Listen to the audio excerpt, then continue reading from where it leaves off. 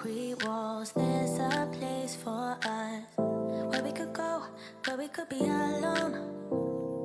Between city lights, we don't have to hide. I wanna go, do you wanna follow? There's something in the air, I can't explain it, but it's there. Ain't nobody gonna find us in our secret love affair. I don't wanna have to hide no more, it shouldn't be unfair. I wanna go, and I wanna know, do you wanna follow? Baby, do you wanna follow? Come with me, do you wanna follow?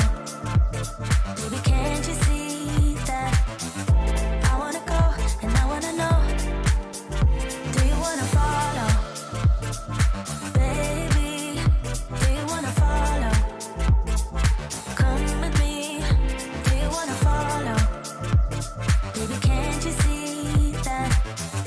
I wanna go, and I wanna know, do you wanna follow? I can't understand why we can't hold hands, but they don't know what we have is real love. Aren't you sick and tired of having to hide? I know a place, do you wanna follow? There's something in the air, I can't explain it, but it's there. Ain't nobody gonna find us in our secret love affair. I don't wanna have to hide no more, it shouldn't be unfair. I wanna go, and I wanna know, do you wanna follow? Baby, do you wanna follow? Come with me, do you wanna follow? Baby, can't you see that? I wanna go, and I wanna know, do you wanna follow?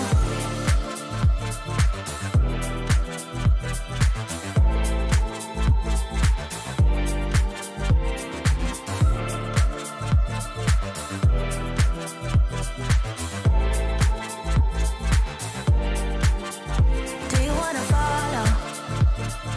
Baby, do you wanna follow? Come with me, do you wanna follow? Baby, can't you see that?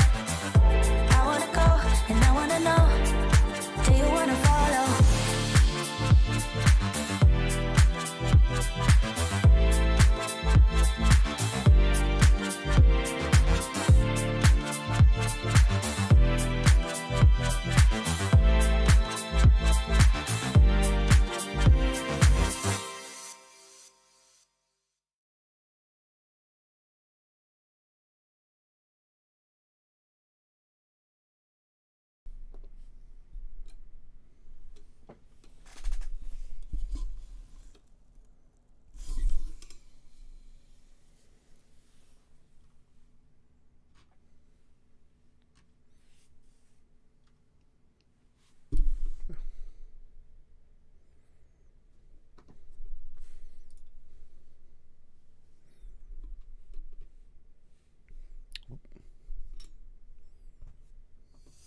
Between concrete walls, there's a place for us where we could go, where we could be alone.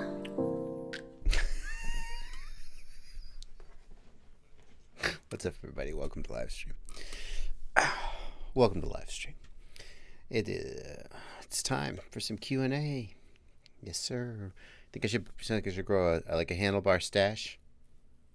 I don't think so. This is all you're getting from me. Run Puppy FPV asks, is it possible to burn out a Caddix Vista if you power it up with no antenna? No. Because DJI makes actual radio appliances. Only cheap as beans, crappy VTXs made to the absolute bottom dollar burn themselves out the minute you power them up without a VTX. Proper devices detect that that's happened and shut themselves down or protect themselves. So, no, a Vista or a DJI Air unit will not be damaged if you power them up without a antenna. I mean, I wouldn't recommend that you do it for hours, but no, you're fine. You're fine. Welcome to Livestream, everybody. This is you. This is you even bigger.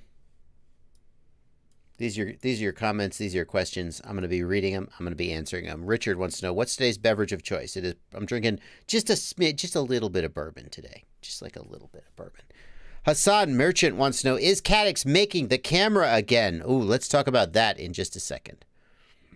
Bastian Sonderman, good to see you. Yeah, I'm going to be reading your questions. I'm not going to be reading all of them because there are too many of them and I wouldn't get a chance to respond. So if you want to make sure I get your question, hit the $ right down here and leave a super chat, or join my Patreon and hang out with these beautiful people in the Discord server over on the right side of my screen. What's up, guys? What is up? How you guys doing tonight? You ready for this? Why are you zoomed in on Steele's face? Asks Kevin Sumner. I think the obvious reason. Right? What? Why not? Why aren't you zoomed in on Steele's face? That's what I want to know. Why are you not? Yeah. Okay. Is Caddix making the camera again? I made a video about all these stores. Caddix Vista is back. I made a video about this, and I said that these were returns from bind and fly manufacturers or something like that. And then 45 minutes after I made that video, Caddix announced that they were going to make the original DJI camera again. And I thought, was that something? But that's not this batch, right? That's not this batch. But it turns out maybe it was. Because I started hearing... Where's the new products? I started hearing from people that, in fact, this is a new batch that was manufactured by Caddix with DJI's permission to the original specs. What in the hell? We don't know for sure. I thought we knew for sure. Now then the story changed. So what we know for sure is that the original camera is back. And hallelujah, you can buy just the camera. Holy crap. Because I have complained about the fact that the Nebula Pro, the new DJI, the 120 FPS camera was only available with a full-size air unit. And then if you really wanted one, you had to buy the whole air unit and everything. You couldn't buy the camera by itself. But hey, they've got to make their money. I guess I understand. But no. Boom. There you go. So, all of you people who bought a Caddix Polar but didn't really want it, or a Runcam Mippy but didn't really want it, for $60, for the low price of $60, you can actually get the camera by itself. Holy crap. Holy crap. Or so they say. Fog Dr. RP in the Discord says, instantly sets fire to his stack of Polars. Here's the thing. Let's think this through. Caddix Polar. Okay image quality. 60 FPS camera. Runcam Phoenix HD. Okay image quality. 60 FPS. Dead to me. I mean, like better than nothing. But original Caddix camera is back. 120 FPS. Why would anybody buy either of those cameras ever again? Sorry. Image quality, way better. 120 FPS, low latency, way better. Ability to adjust exposure, saturation, even flip the camera upside down, way better. There, in a world where the DJI camera exists, there is no purpose to the Caddix Polar and the Runcam Phoenix HD, except wait a minute. The Caddix Polar is really good in low light. So, okay. If you like to fly low light, Caddix Polar, you're gonna suck it up. You're gonna take 60 FPS, but what can you do? I think this leaves the Runcam Phoenix HD in a very awkward position. Very, very awkward. Because like the Phoenix, no, not the Phoenix, the Polar, you could say, oh, well, I fly low light. I'm going to get the Polar and I'm going to deal with the latency. I don't, but what's the Runcam Phoenix HD got going for it? Better be price. Bobby Bags points out size. Yeah, it's super annoying that this camera is 20.5 millimeters instead of 19 millimeters.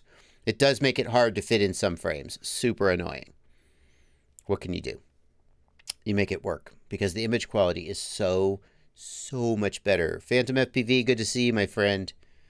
Very good to see you again. Thank you for coming out. In case, did you see?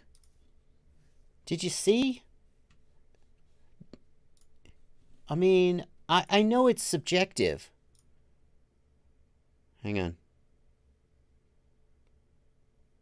But where's the comparison? Here we go.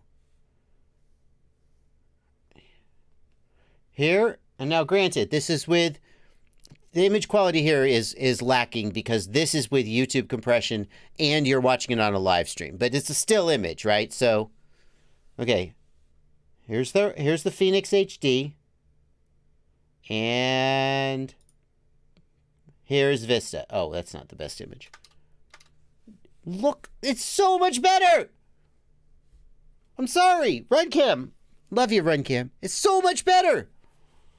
Look, you can see the individual hairs, such as they are. There used to be more of them. Now there's not as many.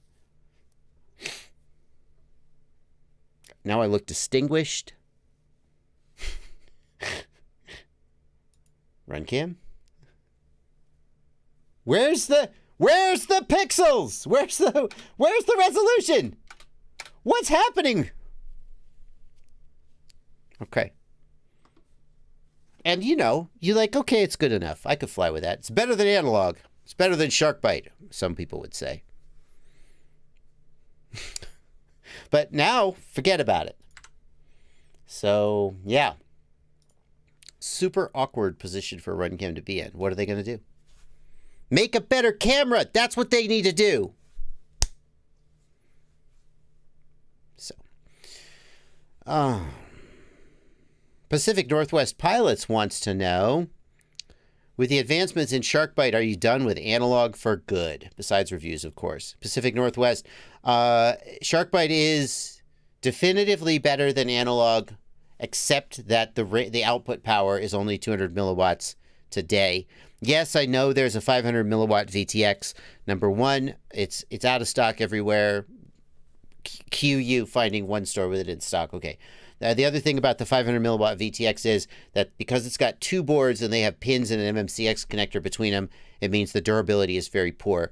To me, the 500 milliwatt Sharkbite VTX is a very limited use if you're going to be crashing, and I'm not convinced you can actually find it many places. So basically, for all intents and purposes, the Sharkbite 5R.1 VTX, the racing VTX, it's good. It seems to be reasonably durable. The size can be dealt with. It's a little weird, but it's that's a VTX that I'm like, yeah, that's ready to go. But it's only 200 milliwatts, which is not enough for, it's great for racing. That's about it. So when they come out with a 600, 800, 1 watt VTX, that's when I'll start thinking of saying Sharkbite it's here. Sharkbite is here. Right now, Sharkbite might be here for racing. Did you hear? MultiGP Nats, they're going to include Sharkbite. They've got their DVR situation set up. They're going to be allowing you to race Sharkbite. I believe they announced that. If I've messed that up, let me know in the chat. But I think they announced that. So that's something DJI hasn't done. Pretty impressive. So it's not quite there yet. It's very close. It's very close. It's getting there. I think the right way to think, the other concern, as always, is cost. The Sharkbite TX5R.1 is like $90. Jeez. I mean, if it was twice as good, 3 times as good, 5 times as good as analog, then you go, okay, I'm going to pay for it. Because you'll pay $160 for, that's Caddix Vista. That's DJI price.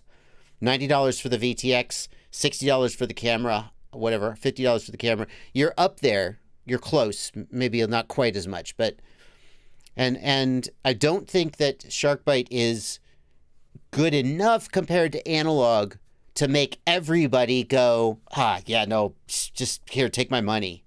Some people do feel that way about it. I think that the majority of people who fly DJI, maybe not like 90%, probably 60%, maybe somewhere in that range. They fly DJI and they have that knock your socks off experience, and they just go, I'm never doing analog again. And I don't know if Sharkbite, a lot of people who look at Sharkbite go, yeah, it's not bad. It's okay. Which is not necessarily enough to make you pay $90 for a VTX. Anyway. But it's very good. It's getting there. It's getting there.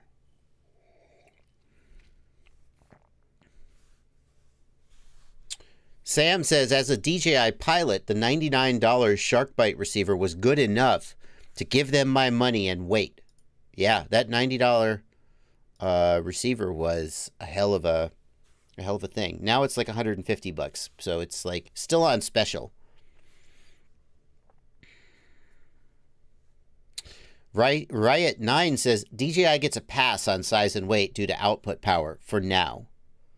I mean, there's something to be said for output power. You know, no matter how good, I mean, DJI at 25 milliwatts, if I was in Europe and I was restricted to 25 milliwatts, I mean, technically I'm also restricted to 25 milliwatts on analog, which I know all the European pilots are probably breaking that rule. DJI at 25 milliwatts is nowhere near as compelling an experience just because the range is so short. And output power is absolutely compelling.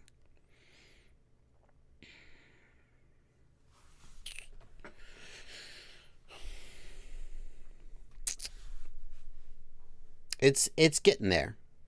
There's plenty of people like Pacific Northwest pilots who say, even at 200 milliwatts, I think Sharkbite is good enough for me. The thing I go back to is, if I was to build a quadcopter today with analog, I would put minimum an 800 milliwatt VTX on it. And more, I would put the Unify Pro 32 HV 1.3, 1.4 watts, or what, quote unquote 1 watts plus, they say. A Rush Tank Solo 1 watt plus, and I would just blast the crap out of the antenna. Which is not to say that power is the be all end all. Like a crappy 1 watt VTX can get schooled by a really good quality like 600 milliwatt VTX just because they have a cleaner signal and they deliver more power to the antenna or whatever. But to ask me to go down from 1 watt plus, 800 milliwatts, even 600 milliwatts like on the Ghost Hybrid to 200 milliwatts is a big ask. There's only so much you can do with that much power. So to me, that's a big ask.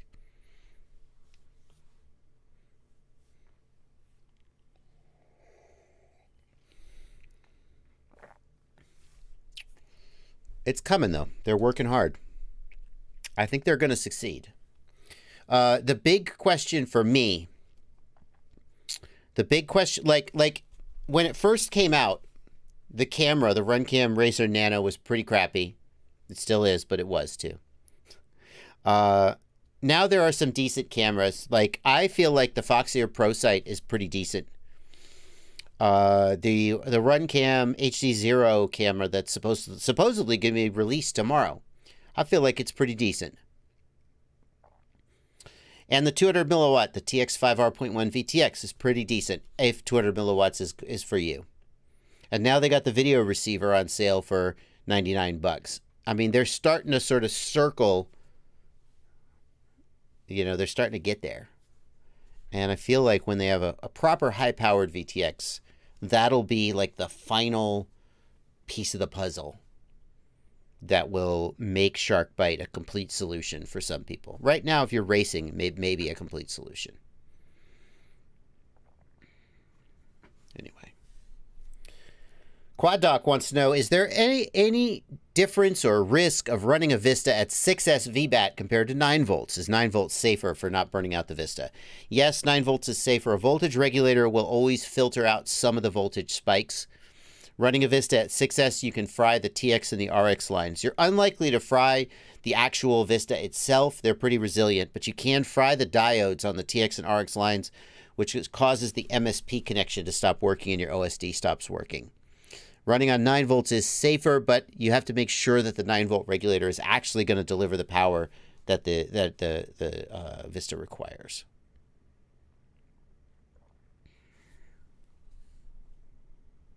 Conasty, good to see you, my friend. Swinging through. We got a bunch of super chats coming in early in the stream. Let me get a couple of them out of the way. Anthony DeStefano, thank you for a $5 super chat. What is the best analog module to install in my DJI goggles? Anthony, the two best analog modules today are probably the Fusion and the Rapid Fire. The SkyZone Rapid Mix receiver is just a smidge behind, because I think it's because its raw performance is very good, but its firmware is just a little less mature, and it doesn't do quite as good a job in some difficult situations of locking onto the signal. Between the Rapid Fire and the Fusion, I think the smart way to go is to get the BDI Digidapter, which is a replacement faceplate, and then the Fusion. And the only reason is that the aesthetics are so damn good. So the Digidapter, let's see if we can find a picture here. Here's the Digidapter, right? Now look at this red Rapid Fire, just sort of horn. Look, doesn't that look pretty kludgy? Good. Ah, that curved faceplate made for use with the Fat Shark goggles. Let's see if I have a picture with Fusion in it. I mean, I think that Fusion and Rapid Fire are very close in performance. So at that point, just choose based on aesthetics. Let's see if I have a picture here that I can show you. Yeah, right there. Oh my God, doesn't that look good? Look how freaking bespoke that looks. Right? No question. That's the winner. Any performance differences between Rapid Fire and Fusion? Elijah Butler, in my testing, they are as close as makes no difference. I feel, and we know that their hardware is very similar. So, yeah. I think if you're going to run analog on the DJI goggles, this is the way to go. Great performance. Conasty wants to know who makes my tool cabinets. Oh, well, you know, I don't like to talk about those tool cabinets, especially since I just got them, and, you know, they're by Rousseau. Rousseau is the company. Rousseau. Yeah. They're freaking badass. They're badass. I just ordered a bunch of dividers. So I can divide them up. Organize them. Yeah. Give us a link to the tool cabinets. It's Rousseau cabinets. Rousseau. It's just rousseau.com, I think. We're not going to spend 20 minutes talking about my cabinets again. Again. We're not going to do that. The price. Ian Rushforth. Did I mention I have a Patreon?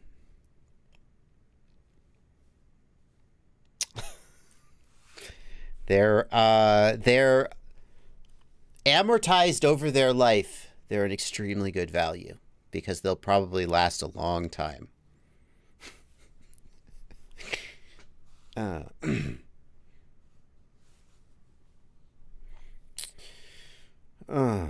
Let's see here.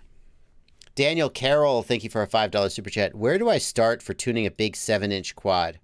I got a bunch of bounce back after rolls. So much that it spirals into the ground. Okay, hang on, Daniel Carroll. If you get so much bounce back that it spirals out of the ground, something is wrong. Even though the Betaflight default PIDs are not optimized for a 7-inch, it shouldn't desync and spiral into the ground. Something more fundamental is wrong. Can I talk about this for a second? Can I talk about this? Daniel Carroll, this is not specifically speaking to your question, but so many times people try to solve a hardware problem by tweaking PIDs.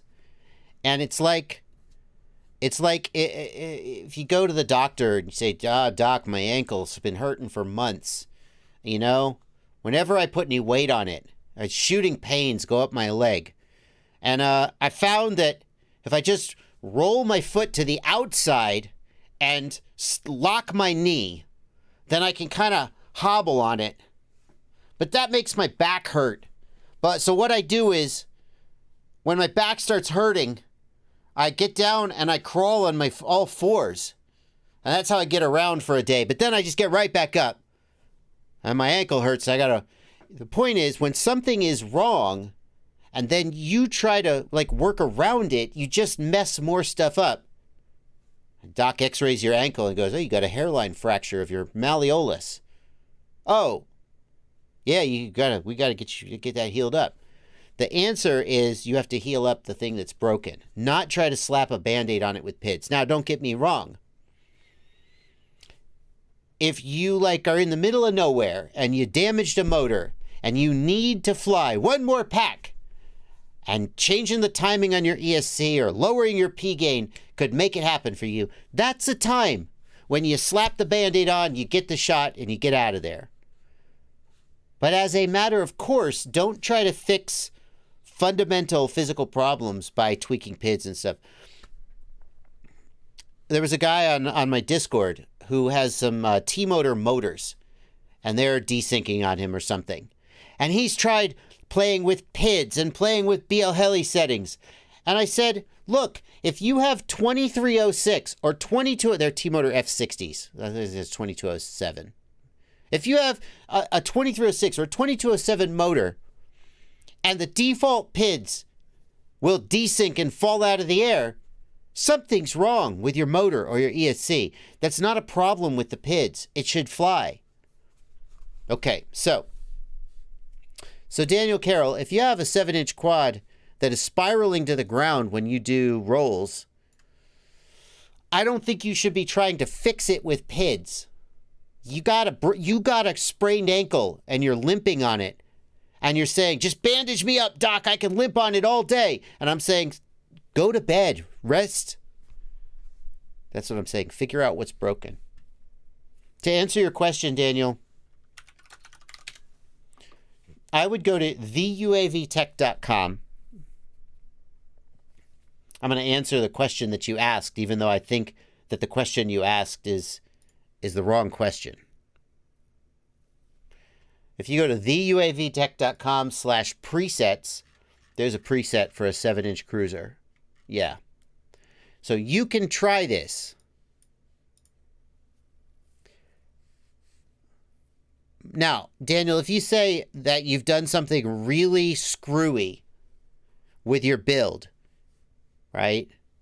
Maybe you have some massive motors, bigger even than 2806.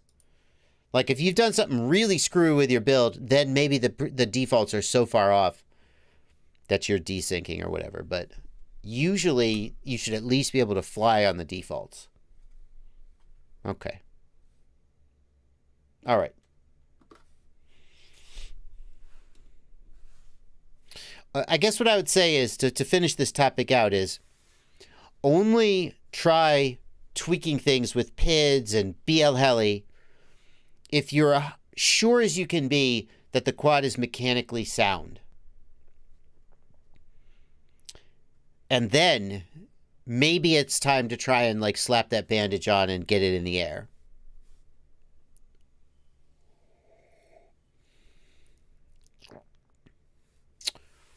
Conasty, got to get your question. If Conasty's going to show up and ask a question, I'm definitely going to answer it.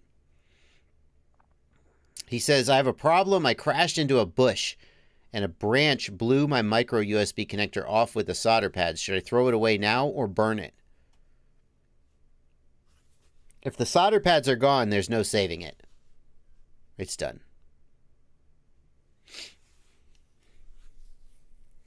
I will not be refilling the whiskey, Jim Leffler. This is the amount of whiskey. If I drink this much whiskey in a half hour, all live stream, it'd be pretty sloppy.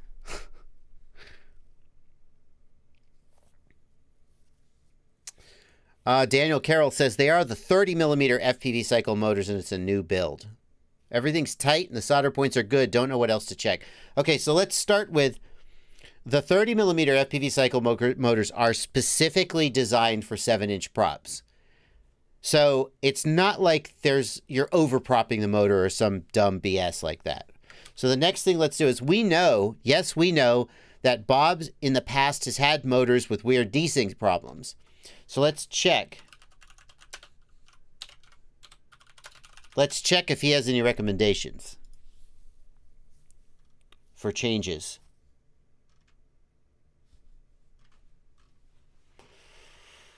He doesn't say. He doesn't say anything like, oh, you have to turn the BL Heli whatever up.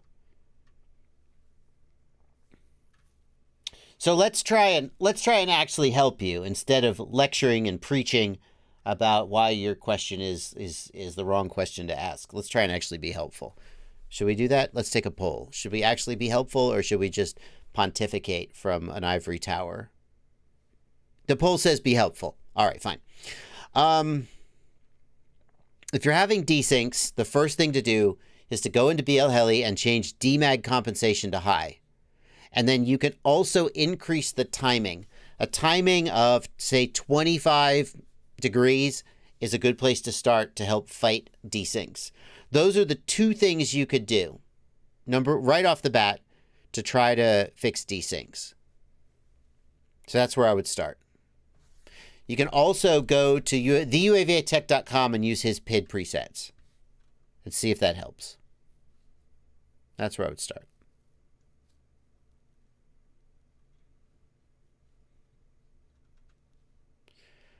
UM Vegas, I think that's an RXSR receiver. Okay. All right, moving on. Crabtree says low timing. High DMAG, low timing. Interesting. I would say DMAG high, timing 24. Skadoosh also suggests lowering ramp-up power. That's a good idea. Low ramp-up power. Good idea. Max Whalen in the Discord wants to know, how much better is the Diatone F7 than the F4? I don't think you're going to notice a lot of difference between an F7 and an F4. Unless there's other differences. Like, does the F7 have Bluetooth Wi-Fi on board and the F4 doesn't? The F7 obviously has more UARTs. That's nice.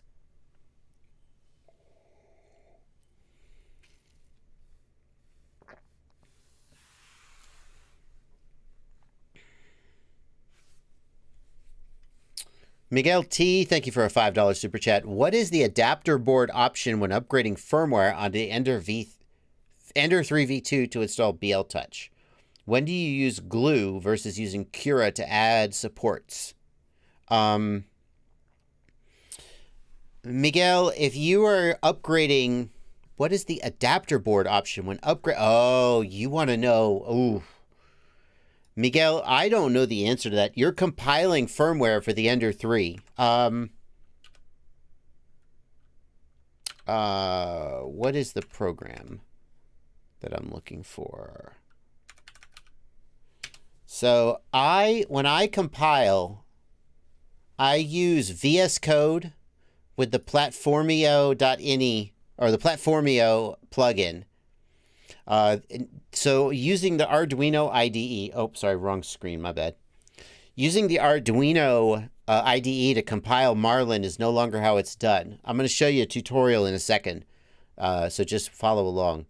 But the tool that is recommended now is VS Code, Visual Studio Code.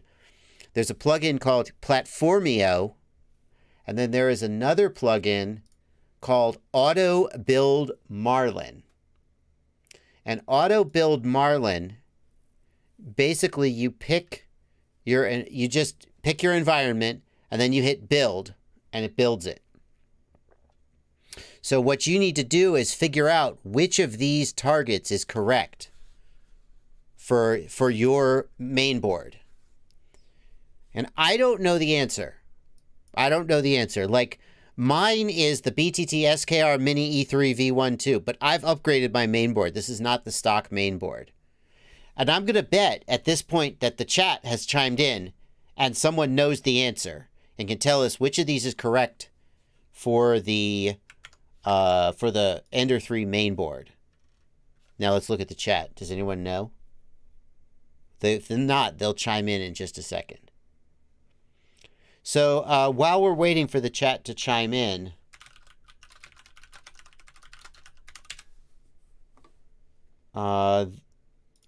here is a tutorial by Teaching Tech that shows how to download and set up VS Code and install the Auto Build Marlin, the ABM plugin. This is how, what the frick? That's Arduino. No, not that. VS Code. Yeah.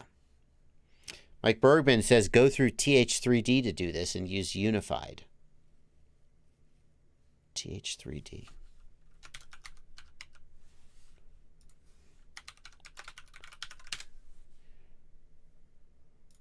Can you just, I mean, how do you use the, yeah, I haven't never done this before.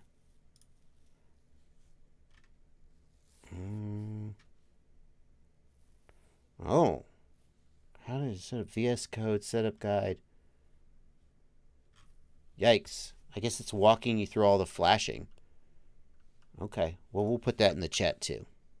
So I don't know what to tell you about which board is the correct board, but here are some resources that can hopefully get you started. That's for the TH3D Easy board. Where's the stock Marlin firmware? Could you use TH3D if you're on the stock firmware? Or the stock board? I don't know about that. Psych Limbo, what's the correct environment to select for the stock Ender 3 board? It depends on the version of the Ender printer. Damn. There's no universal answer. Creality 3D V114. This is Psych Limbo's board.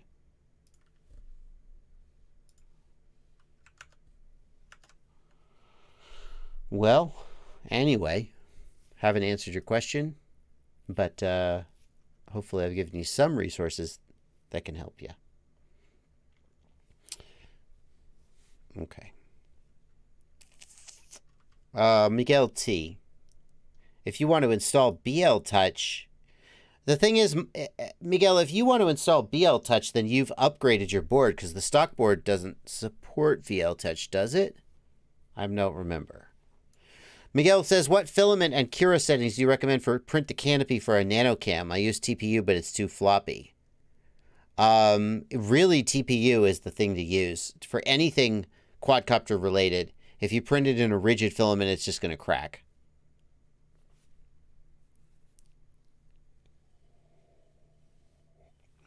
So much for that. If your TPU is too floppy, use 100% infill or increase your line count so that you essentially get 100% infill. Metal Dirt Skin, I agree with you that a 32-bit board on the Ender, like the SKR Mini E3 V2, is a very worthwhile upgrade. I would go even further. If you, well, at this point you've barely got an Ender anymore, but if you've done the dual Z-axis upgrade on the Ender, then a board that can support the auto gantry leveling is freaking hot. It's freaking hot. The one of the Ender, I think the E3 Turbo, E3 Mini Turbo does that. Gamma Gonad says the stock Ender board will support BL Touch. Okay, I couldn't remember that. Yeah, you could just use the Z end stop for BL Touch. Good point. I put BL Touch on my Ender at the same time that I upgraded the main board. I couldn't remember if that was mandatory or not. Shows what I know. Is the DJI Air unit superior to the Caddix Vista in terms of penetration and range? Is the extra weight worth it? Miguel T, another $5 super chat. The Air unit will perform better under some circumstances because it has dual antennas, but under many circumstances, they perform very similarly. The main advantage of the Air unit is the onboard DVR. I think the Vista is more than enough for a lot of people. Corey H, thank you for a $10 super chat. I'm tripping the V-Fly on both amp settings. I've narrowed it down to one motor wire. Does it seem like a bad ESC pad, or could it be the race wire? How do I test for sure? Corey, it's worth keeping in mind that, like, especially if you have big motors, then you could trip the V-Fly just from the motor beeps. One thing you could do is go into your ESC in BL Heli and turn down the beacon strength parameter. That will make the motors beep quieter and can make it less likely to trip a smoke stopper. If you really have narrowed it down to one motor wire, like literally disconnecting any other motor wire doesn't make it trip, but this one motor wire makes it trip, then you probably do have a faulty ESC or a faulty motor, or maybe a bridge in your solder joints. You said you've got race wire. Race wire is very easy to make solder bridges, and that could be causing the problem. So visually inspect for solder bridges, swap the motor with a different motor and see if that makes the trip go away. These are some things to do.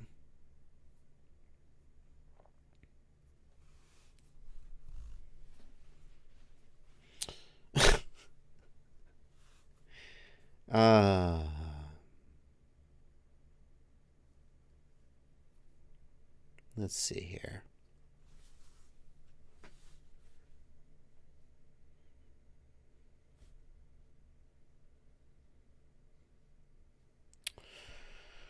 That guy Carlos, thank you for a $5 super chat. I want to run a 6S lithium-ion pack on my 4S rig. Should I still run a motor output limit? Yeah. 6S is 6S. The higher voltage will make the motors want to spin faster, and then they will create a ton of voltage sag because the lithium ion has very poor C rating. You definitely should run a motor output limit. Am I doing myself a big disservice getting Sharkbite with old goggles? Asks Eric Maggard. Thank you for a $5 super chat, Eric. The HD2 Terminator Edition. If so, I'm thinking it's just getting DJI. I don't know if you're doing yourself a big disservice. I would want to verify that Sharkbite is going to work with those goggles. There are some goggles that have quirks with their HDMI input that makes them not work with Sharkbite. You would think that Fat Shark goggles would work.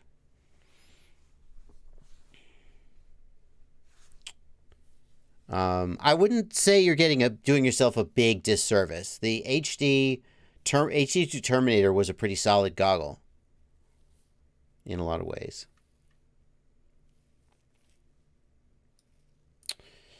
BR Hacker, thank you for a $5 super chat.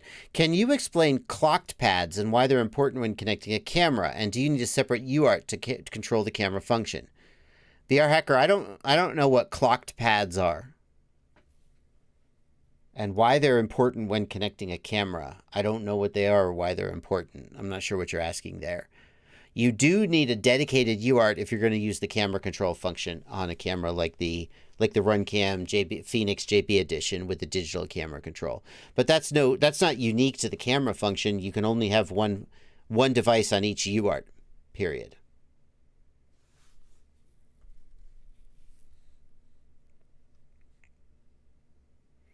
Fog Doctor says the only two analog goggles that have the necessary resolution for Sharkbite are the HDO2 and the SkyZone Sky 04X. Pretty sure Orca also works with Sharkbite, Fog Doctor.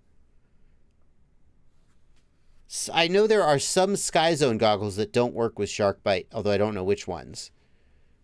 Because the HDMI input does something about the HDMI signal they don't like. Now people in the Discord are listing goggles that do work. See, the thing is, even if the goggle has a smaller screen with lower resolution than 720p, it still may be able to take a 720p signal in from the HDMI and scale it down. Meet Zintoatry in the Discord says that the SkyZone Cobra goggles do work with Sharkbite. I haven't personally verified that. Demenis wants to know, why wouldn't the SkyZone Sky 04Ls work with Sharkbite? I don't know why they wouldn't. I would think that they would. Anthony DeStefano, thank you for a $5 super chat. Can you explain how UARTs work? Anthony, at a deep technical level, no. A UART is a transmit and receive serial interface that is used to communicate with a peripheral like a receiver or a camera. It's used to send data back and forth, digital ones and zeros data, back and forth between two devices like a receiver and a flight controller. TylerDD in the YouTube chat wants to know, I have an iFlight Nazgul bind and fly, Success F7 with RxSR plugged in the flight controller with 3 wires. Can I use the same plug and just add 1 wire and hook up my new Tracer RX without soldering? Tyler, if it's an F7, then yes, I would think you would. Because on an F7, the RxSR signal wire is going to go to like RX1 or RX2. And then all you need to do is run a wire to TX2 and you're good to go. But without soldering, how will you do it without soldering? You're going to have to solder the wire to the flight controller. Yeah. Right? Okay. Do the Attitude V5s have a video input? And if so, can it be used with Sharkbite? I don't think the Attitude V5 have an HDMI. I don't think they have HDMI. The V6 has HDMI. The Attitude's never... I don't think the Attitude's ever had HDMI input. So I think the answer is no. The Attitude V5 cannot be used with Sharkbite. Here we go. No, there's no HDMI input anywhere on the goggles. V5 cannot be used. Leo Ponce wants to know, any news on Express LRS for Crossfire hardware? Nope, no news at all. TylerDD says the flight controller has a JST plug for TX1 RX1. So I'd only have to solder to the receiver, I suppose, if you have the ability to add a new plug, a new wire to that plug. Isaac M says the Success F4 has plugs. I thought the Success E F4 has plugs, but he said he had an F7 anyway. Well, anyway. If it has a plug, then you still have to solder to the receiver, right? Hassan Merchant wants to know, what if you did an HDMI to AV connector and then you could do Sharkbite into the Attitude V5? Yes, that would get a picture into the goggles, but 2 problems. Number 1, the AV input would be significantly lower resolution than the original signal, so like a lot of the benefit would be gone. And number 2, the conversion from HDMI to AV would add latency, which is sort of the whole point.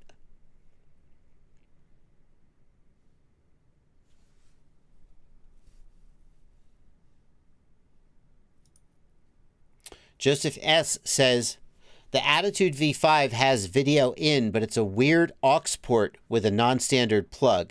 It doesn't work properly. The colors are all messed up. Joseph, the Fat Shark AV plug does not have the standard pinout for an AV plug. You have to keep the plug that comes with the Fat Shark goggles, or I've bought a set that work. They don't have a standard plug, though. Let's see if I can find it.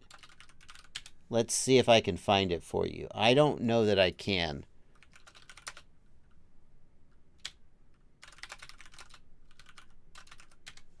I don't know how I'm going to find it. I know I bought a set off of Amazon years ago, and they work with Fat Shark. I don't know how I could ever find it again, though.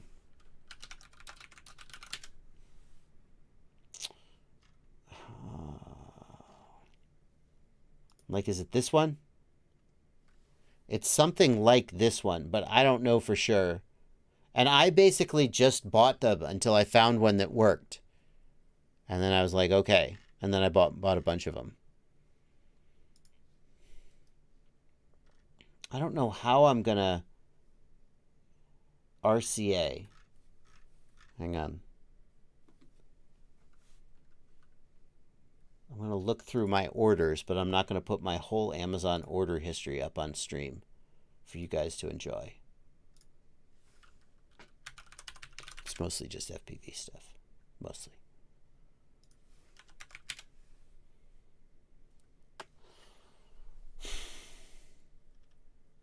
Ah, bingo. Bingo. Bingo. Bingo. Boom. I told you. I just ordered a shitload of them until I found one that works. Was I lying? Was I lying to you? I was not lying.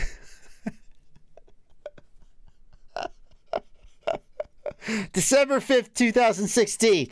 June 9th, 2017, June 9th, 2017, June 9th, 2017, June 3rd, 2018. Boom! This is the one that I found that worked. Boom! Okay, so this one will work with Fat Shark goggles. It has the correct pinout for Fat Shark goggles.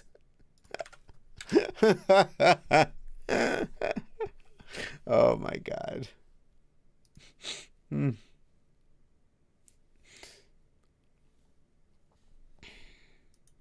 There you go. So yeah, that's the answer to your question about Fat Shark goggles. Having a weird AV plug. They have a weird non-standard AV plug that doesn't work with a lot of plug. Or maybe it's just a different standard. But there you go. All right. D353RT. Desert. Thank you for €5.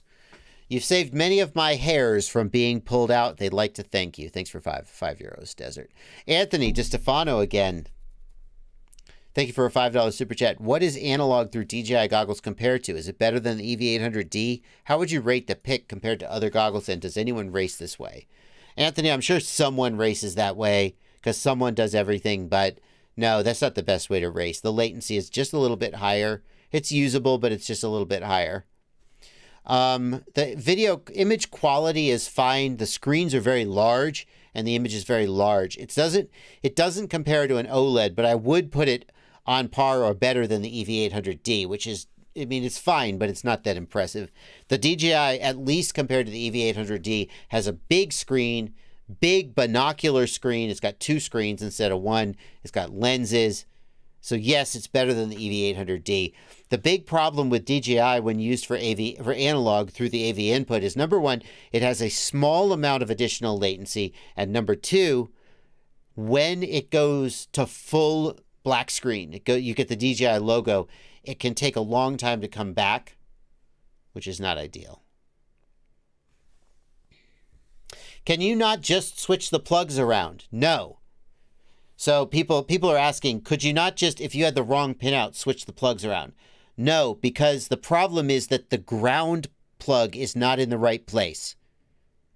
And if the ground plug is in the right place, then the other 3 are just swapped.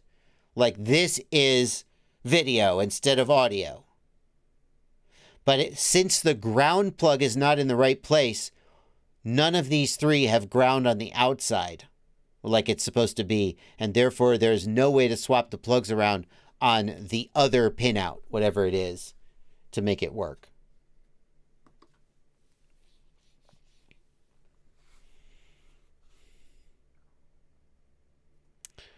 Brundog807 says, I'm using the DigiView app. A USB-C to C only charges my phone. I can't find a definitive fix.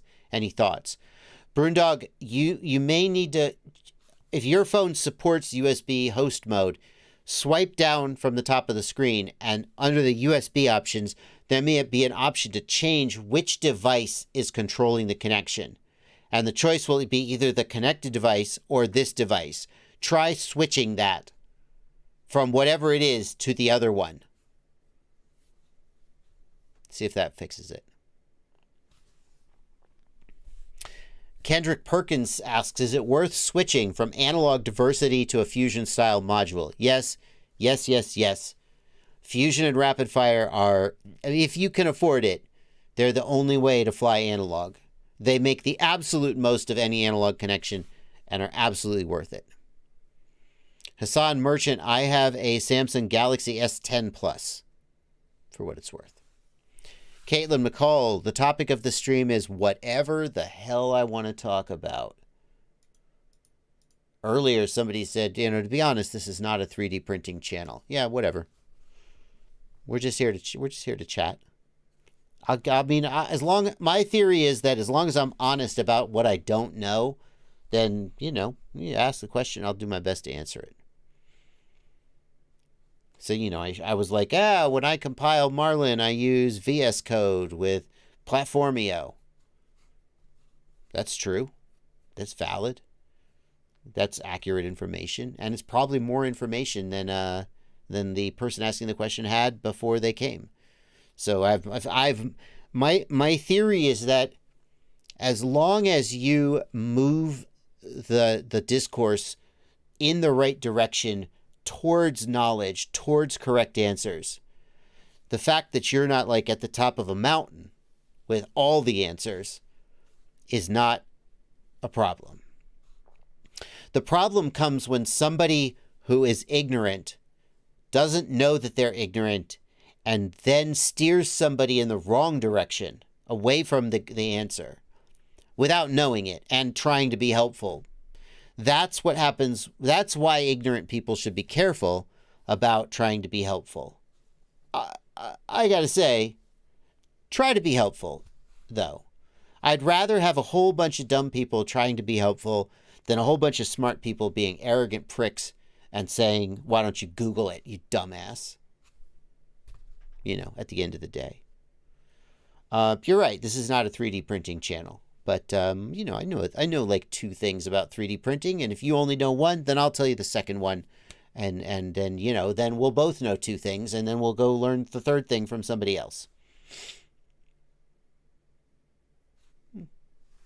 What's in that RDQ box behind you? It is a quadcopter that I received and tested out called the Mini Qubit. Do you guys want to hear about the Mini Qubit? Siati, I know you agree. I know you agree. Always try to be pulling other people up with you, right? Always try to be pulling other people up with you. Be careful that you're actually pulling them up and not just pulling them sideways or pulling them down. You got to know your strengths and be acutely aware of your own ignorance and not misrepresent the knowledge that you're trying to pass on. But I'd rather people try to pull each other up and maybe sometimes be wrong than people go, I don't know, I'm not an expert, so I'm just not going to even try to be helpful. That's my take. The Mini Qubit. This is the Mini Qubit. It takes off like a quadcopter. And then when you flip a switch, it switches cameras. Do you see the downward facing camera here? And it switches to forward flight and flies like a wing. What do you think about that? What do you think about that? I got to fly it. You want to see? You want to see? I haven't edited this video yet. But I have some flight footage. Let's see if I can find something worth showing. Hang on a second. Let me put this over on the right-hand screen so I can see it. So here's the top camera, easiest sync clap ever. And then you flip a switch and here's the front-facing camera. How about that shit? It's a 5-minute video. Let's see if I can skip ahead. So now we're going to take off in angle mode. Oh, hang on. There we go. We're in the air. We're in angle mode. We're flying like a quadcopter. Okay. You can fly in acro mode, but he's got it set up for angle mode. So it's a little wonky because I'm not used to flying in angle mode, but all right, we're flying in angle mode. Also, I think this video is at 25 milliwatts by accident, so the video quality is crap, but that's not his fault. So we fly it around a little bit. Did I change? I think I changed the VTX power. Okay, now we're going up in the air. Here we go. We're going to do it. Did we already do it? No, we're still in angle mode. All right. So I'm trying to get up the nerve to switch to fixed wing mode, which I haven't flown fixed wing in a long damn time. Here we go. Ready? Come on. There we go. Now we're... Oh, little test. Little test. Nothing happened. Nothing freaked out. Just quick flip the switch and go back. Okay. For real now. For real now. Here we go. And... Ah! We're flying a wing! What the hell? Ah! Why am I going so fast? Why can't I stop? Why can't I... Oh God, save me now. Oh, thank God. Oh, wow. That's pretty much how that went. Okay, we're going to do it again. Here we go. Ah! Ah! Whoa, no! What's happening? Oh, pitch back. Throttle up. Oh, my God. Oh, my God. Why am I going so fast? Oh, shit. What the hell? Oh, my God. Oh! Ah! Why is my video so bad? What the hell? Okay, I think I got this. Oh.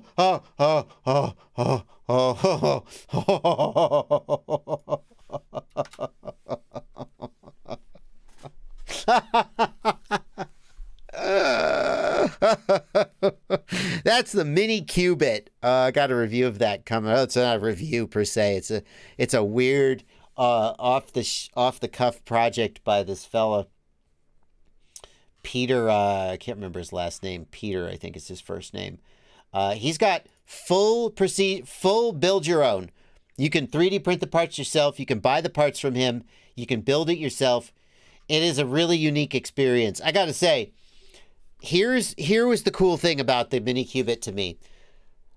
I've never flown a wing around my house because you could take off. Like there's wings that'll just do a vertical takeoff. But landing, there's no room to land. You'd have to just crash it. But this thing, and by the way, I flew it without the wings on it, just to be like, is it just a quadcopter with high up tilt? No. The wings absolutely are producing lift on this thing. It's pretty cool to be able to fly around my house, around these trees with a wing, and know that at the last minute you could just flip to angle mode and it'll do its best to save you. And you can take off vertical. I did a full vertical takeoff too, just straight up. I'm not sure I'm going to be able to find it very easily, but yeah, it was pretty fun. It crashed really badly. It's made to just explode into a million pieces. It's held together with magnets. So the idea is that in a crash, all the parts come off and then they don't break.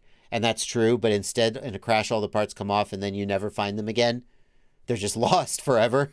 So I might rather hold it together a little more securely. But anyway, it was pretty fun. Mike Bergman, there is no way to do camera switching with a Vista.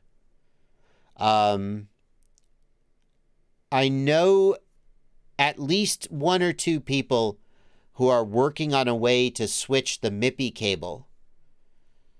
It is a proprietary solution involving a lot of work. So it's not that it's impossible to do. A MIPI interface is a standard interface. It's not DJI proprietary, and it is theoretically possible to switch, and somewhere out there in the world someone can do it. But it's not like analog where it's just switch the wire. It's not that simple. So no, Mike. Effectively, no. You can't do camera switching. What's the transition like back to vertical, asks Bloated Goat. Bloated Goat, when you switch back to vertical, it activates angle mode. It thinks it's flying pitched forward 90 degrees. You follow? So it immediately just goes whoop and stops. Flipping back to angle mode is a great, oh shit, I'm about to crash. Easy as can be. It's actually very, very effective.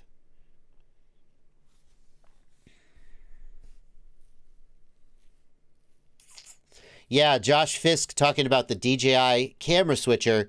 Part of the challenge is that DJI uses a very obscure connector for their MIPI cables. It's not the same MIPI cable used like on the Sharkbite. And it's a weird connector that is almost impossible to buy. Gee, I wonder why. And when you do find a place to buy it, you have to buy huge amounts that only DJI can afford. So it's very challenging to get those connectors. And in fact, that is one of the challenges that stops people from making a camera switcher for DJI, is just sourcing the connectors is a pain in the ass. If you had all the money in the world, you would just buy DJI cameras. You would just buy Nebula Nanos, and you would desolder the connector from the board and then throw the camera away. Who would pay that much for just a camera? No, nobody. There you go. But I mean, you could do it.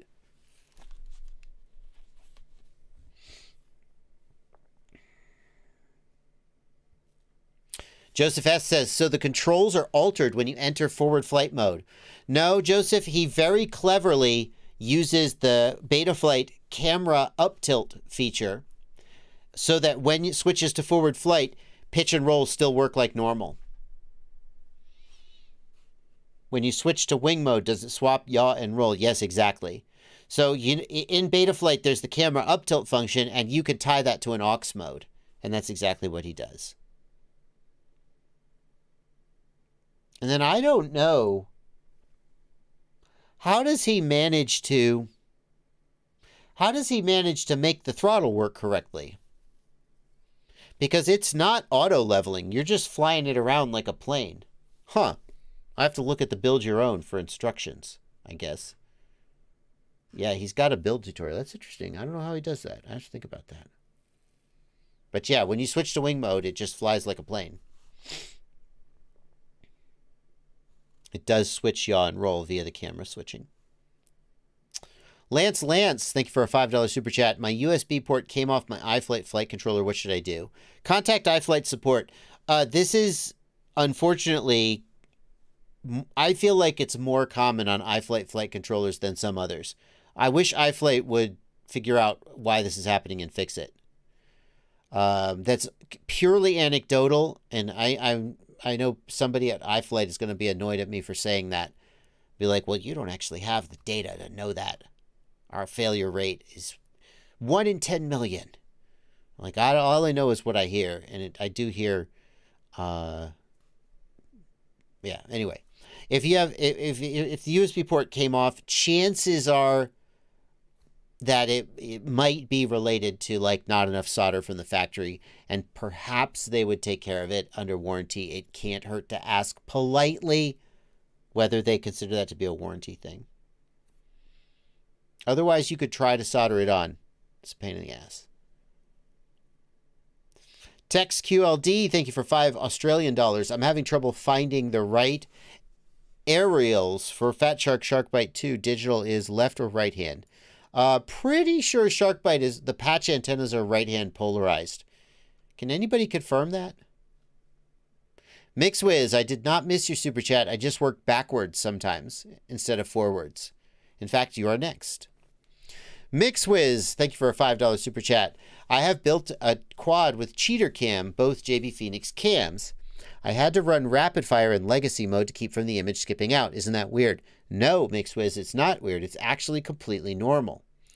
In fact, if we look at this video from the Qubit,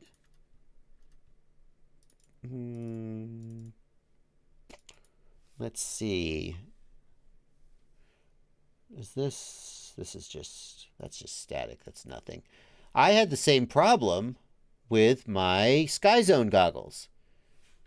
Here we go. I had to change to Legacy. Because, so here we are in Legacy, and it fixes it. But if we're on rapid fire mode, hang on. Oh, we're not going to get it in that video. So here we are in rapid fire mode. Are we going to switch? No, my hands are on the goggles. Hang on. All right. I'm trying to show the people what happens. Oh, now it's working. Damn it. In Legacy. Well, I can't show the people. I'm super annoyed if I don't have a video of it screwing up. There we go. Thank God. So here's what happens when you're in rapid fire mode and you switch cameras. What does that mean? Why does that happen? That's actually a feature. Okay? That's actually a feature. Rapid fire is reconstructing the sync pulses from the camera. And when the new camera shows up with different sync pulses, rapid fire says, no, that's wrong. That's garbage. Sync pulses shouldn't be like that. And rapid fire replaces the new camera's sync pulses with the timing of the old camera. And the result, but it turns out that the new camera's sync pulses are correct. Rapid fire is not expecting you to change cameras in the middle of your feed. And it takes rapid fire just a second. Now it's locked onto the new sync pulses, right? It takes it just a second to sync. But of course, if you're flying, that's going to be bad. So you have to change it to Legacy if you're going to do camera switching. Because what it does in rapid fire mode 1 and 2 explicitly doesn't work with camera switching. Now, interestingly, I tried this with my Sky Zone goggles because I've been flying the Sky Zone Sky 04X. Why? You know. The screen on my Orcas died. The left-hand screen on my Orcas died. So I was flying Fat Shark. And there's a problem with the Fat Shark DVR where if you switch from an NTSC to a PAL camera, like you unplug one cod, you plug another one in, and you don't stop and restart the DVR, the Fat Shark DVR doesn't switch modes and the video is corrupted. So I was so disgusted with that, I switched to Orca. Oh, so happy with Orca. So good. What was I doing all this time with Fat Sharks? Then the left-hand screen on my Orca started going out, and I sent it back. Orca was like, no problem, we'll fix it for you. They fixed it for me. Then a few months later, the left-hand screen on my Orca started going out again. I was like, all right, forget this. So then I switched to the Sky Zones. So good. What was I thinking all this time? But the Sky Zones, even when I put them into diversity mode, they would not lock onto that signal. They kept doing this. No matter what I did, they would not lock on. And so I said, okay, so now we're back to the Fat Sharks. Back around again.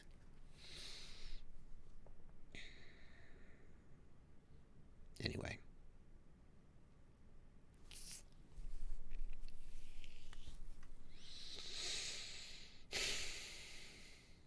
Oh my goodness. Aviation Station. You certainly stirred up a hornet's nest, didn't you? What does Aviation Station want to know? Is the Wizard X220S as bad as you say the 220 V2 is?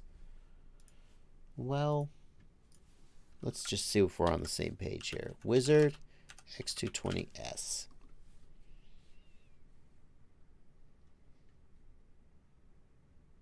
Well, I mean, UAV Features says it's the drone of the year 2017.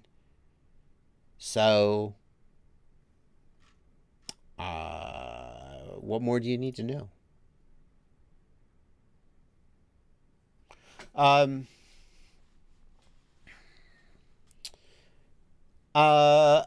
No.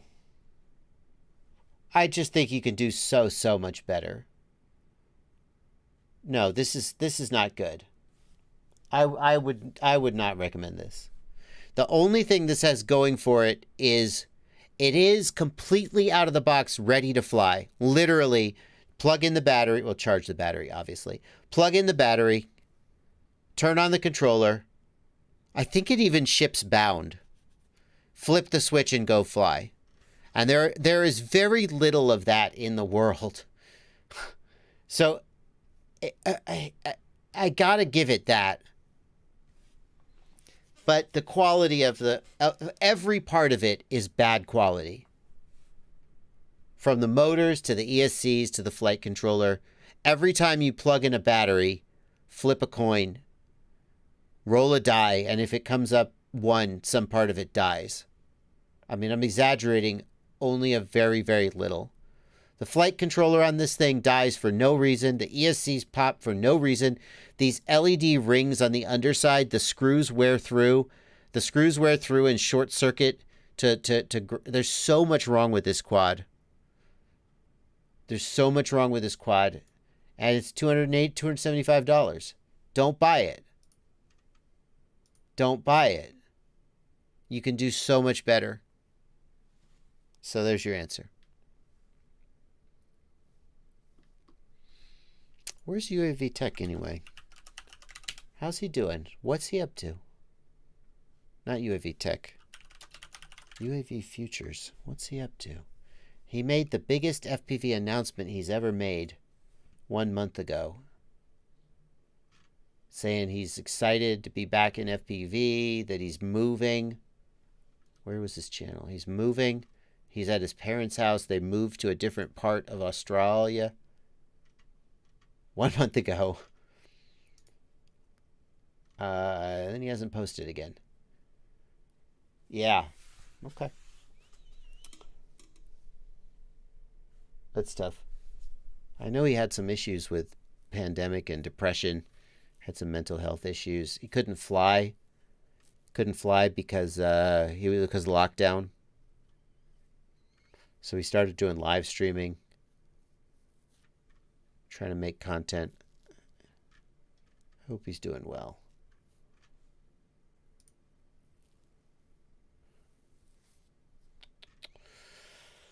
Am I logged in as me? Yeah. Where's my...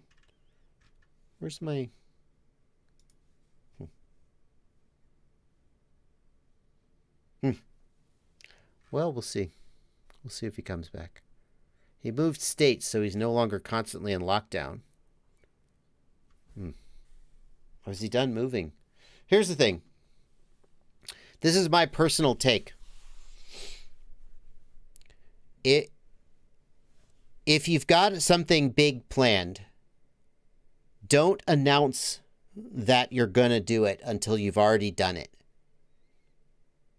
Because so often on YouTube, I've seen people post, "Oh, you guys, I know I haven't posted in a while. I'm back. I'm re-energized. I'm going to be doing 17 live streams a week." And then like 3 weeks of radio silence. So like, just do it. Just show up. 17 live streams a week.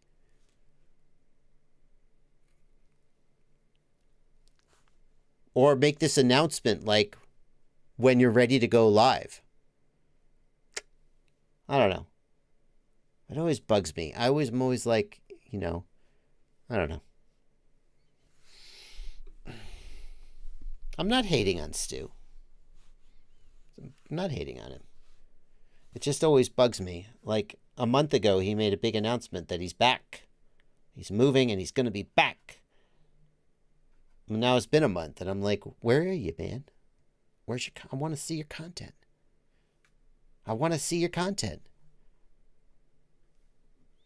Exactly. Pacific Northwest Pilot says, I think that happens when you're teetering between fully committed and just hanging on.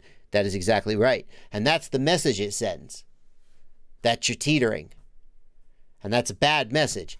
My personal opinion is it would be better to be radio silent for 4 months than to be radio silent for 2 months, make a big post about how you're sorry you've been gone and you'll be back soon, and then be silent for another 2 months. Anyway, Raven187, thanks for $2 Australian. Stu moved into his new house yesterday. It's exciting. I hope he starts making content again. I miss his content. I miss him. Anyway. I still freaking get questions from people who buy his $99 build, Tyro 99 or whatever. And they're like, hey, I have a question about this. Is this, something? Yeah, I got this from UAV Futures. And I'm like, Jesus. Sometimes I wonder if I just stopped making content, and how long would I coast on my existing content without making any new content? And I feel like it might be a while. Don't know. Exactly. Kaiser Test RC. That's my point. Don't make promises. Exactly. Don't make promises. Just deliver. That's my philosophy. Don't make promises. Just deliver. Or make promises, but then deliver. If you're gonna not follow through, promising and then not following through is worse than just not following through in the first place. Yeah. Anyway. Jeremy Sarge wants to know. I want to know too. Is he still going to have the cast of characters like Grumpy Trev? If he's moved away, did Grumpy Trev go with him? He'll probably make new friends.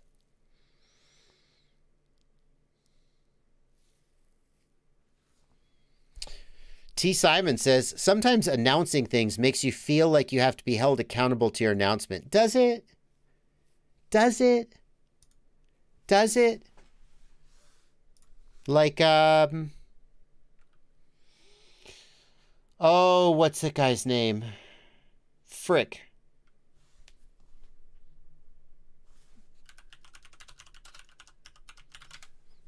I'm thinking now of this guy, Barnacle Nerdgasm. He's a YouTuber I watch. He makes tech content as well as other things.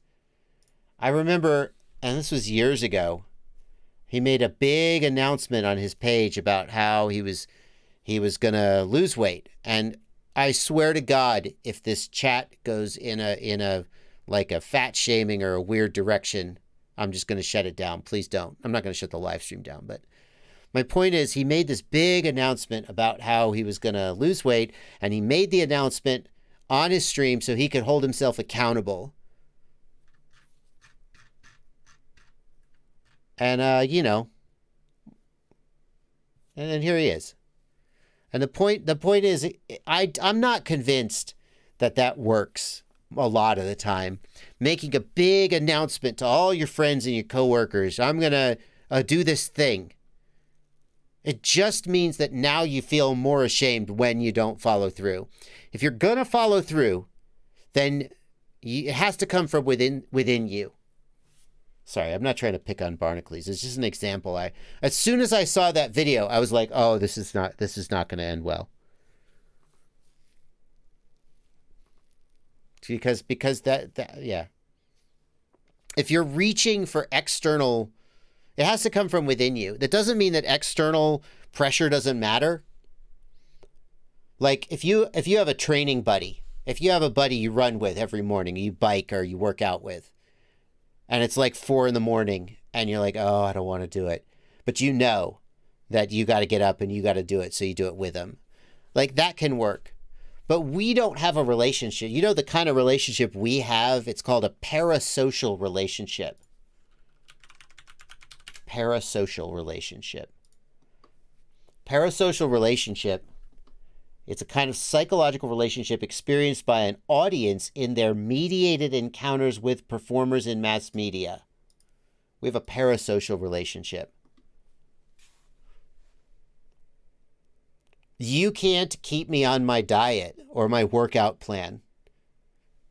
And me announcing to you that I'm going to do something like that isn't going to add any pressure to me to do it.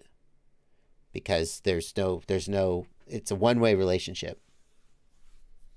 Anyway.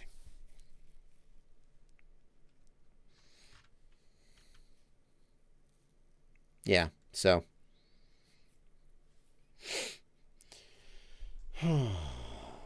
And then when you fail if you fail. If you're going to succeed because you have the internal drive to do it, then just do it.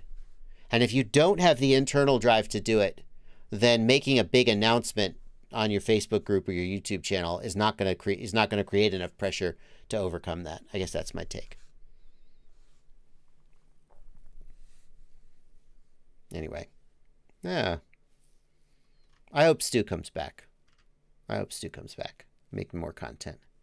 I know he's had some tough times. All right, what are we talking about?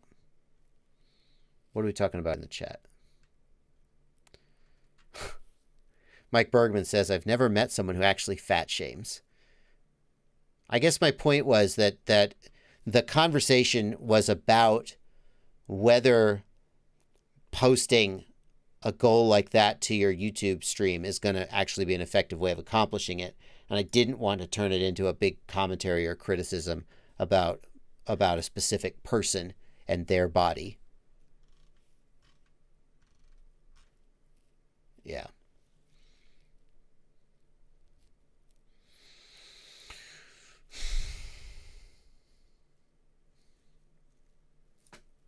Anyway. Mars FPV. Thank you for 5 Australian dollars. What frame do you recommend to fit the DJI Air unit? For what purpose? For freestyle? 5-inch? Let's assume you're asking for 5-inch freestyle. For the full-size Air unit, Rotor Riot HD1 is actually pretty solid and not too expensive. The Skyliner, Little Drip Skyliner, is pretty solid. A little bit like the thick arm design some people don't like. The Johnny FPV QAV-S, pretty solid.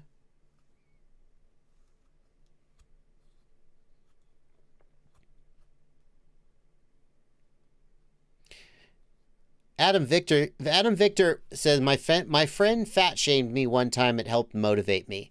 You know, Adam, I had a very close friend once, and I don't remember. She has recounted this story several times, so I feel, yeah, you guys don't know her either, so it doesn't really matter. But we were very close, and we had one of those you can say anything to each other relationships. And one day she said something like, my pants are really tight today. And I said something like, I think you've just gotten fat and that's why your pants are tight today. And we laughed about it, but she said that it was like kind of a wake up call for her and it motivated her. That only works if it is someone, number one, who you are so close to that you respect their opinion. Number two, that you don't feel threatened by their opinion. And so there's this thing where if you're close enough together and friendly enough together, then somebody making a comment like that could like motivate you and kind of give you a wake up call. But 99% of the time, when a stranger, when a coworker, when an acquaintance on the street, or God forbid, when somebody in your internet's comment section makes a comment about your appearance, about your health, it just is a complete waste of time, an intrusion, an unwanted. It's just don't do it. Don't do it. Don't do it. If you want to comment on someone's appearance, there are many people over on OnlyFans who will happily take your money in exchange for listening to you comment on their appearance, both good and bad. They're out there. Just go find them. But just God, keep it to yourself. If you're watching a comment section, it's just not the place. It's just not appropriate. And it's not constructive. It is not constructive at all to comment on other people's appearance. So.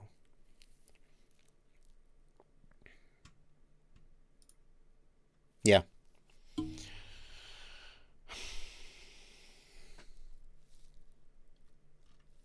Anyway.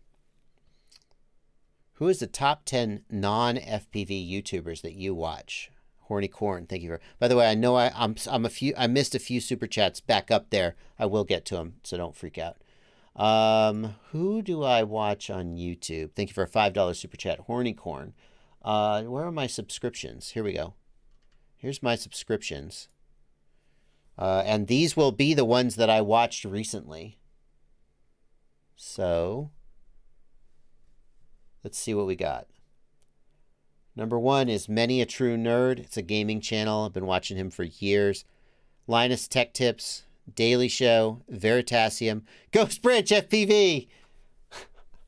That's interesting. What did I watch at Ghost Branch recently? Interesting. Ghost Branch is up there. Corridor Crew, Legal Eagle, Throttle House. If you like car YouTube, Throttle House is amazing. Throttle House has a lot of the feel of the old Top Gear. Tech Linked, another Linus Tech Tips channel. Technology Connections.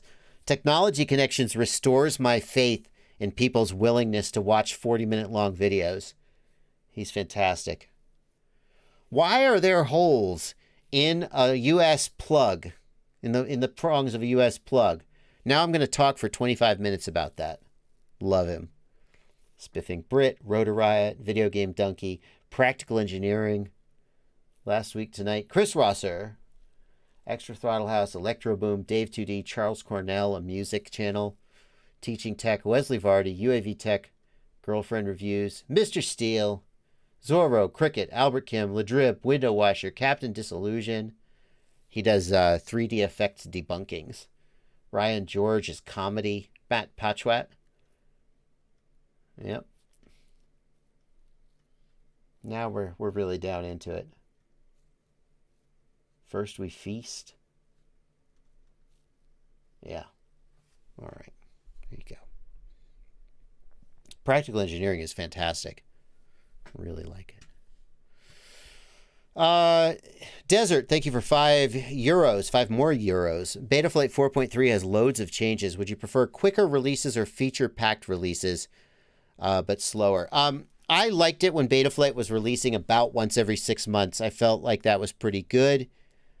As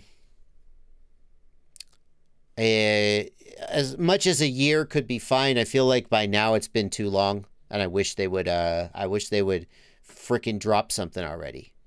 I wish they would freaking drop it. Yeah, it's been too long. It's been too long. Although no one can complain now that Betaflight releases too often. So there's that. And we are caught up on Super Chats. Thank you so much for all of the chats. Pacific Northwest Pilots, you've been trying to ask. Thank you for not over spamming the chat. What is your preferred control link? If so, what would bring you over to ExpressLRS for all your builds? Pacific Northwest, I don't have a single control link on all my builds. It's just never going to happen. I put ExpressLRS right now on some of my ultralight builds because I like the tiny EP2 receivers with the ceramic antenna. And because I feel like I want to have my hand in with ExpressLRS, that's what motivates me. There was a time when I built my very first perfect freestyle build. I built 3 or 4 of that quad, and I flew primarily that quad for a while. And like, I just kind of stopped looking at other frames. And then there was a time when I was like, wait a minute, there's all this other good gear out there, and I'm not aware of it because I'm just kind of up my own butt with this equipment that I like. And I was like, I gotta pollinate myself more with other stuff. So I do a build with ExpressLRS. I do a build with Tracer, like one. I do a build with Ghost. I think if I had to pick one, and only one, I do think Ghost is very compelling because Ghost can do whatever you want. It can do long range, low speed. It can do high speed, shorter range. ExpressLRS can do it all as well. With ExpressLRS, it's just a little bit more work to like flash the receivers. Whereas in Ghost, you just boop, flash, don't think about it, no computer, no BS. And Ghost has full range channels and ExpressLRS doesn't, although they'll probably change that pretty soon, and because I keep complaining about it. And that's how things seem to go these days. So I feel like Ghost, of all the control links out there right now, Ghost is the best combination of long range and penetration if you want it, ultra low latency and consistent packet rate if you want it. Very good hardware build quality. That's the other thing. Express LRS, maybe the new Matec receivers are pretty solid, but happy model, Beta FPV, I mean, they're fine, but you know, nobody ever said, oh my God, the build quality out of Beta FPV is so high, the defect rate must be so low, right? Yeah. Ghost. So I think Ghost kind of has it all. So if I had to pick one, it would probably be Ghost. But what would it take to bring me over to Express LRS? Well, let's try to answer that question honestly. The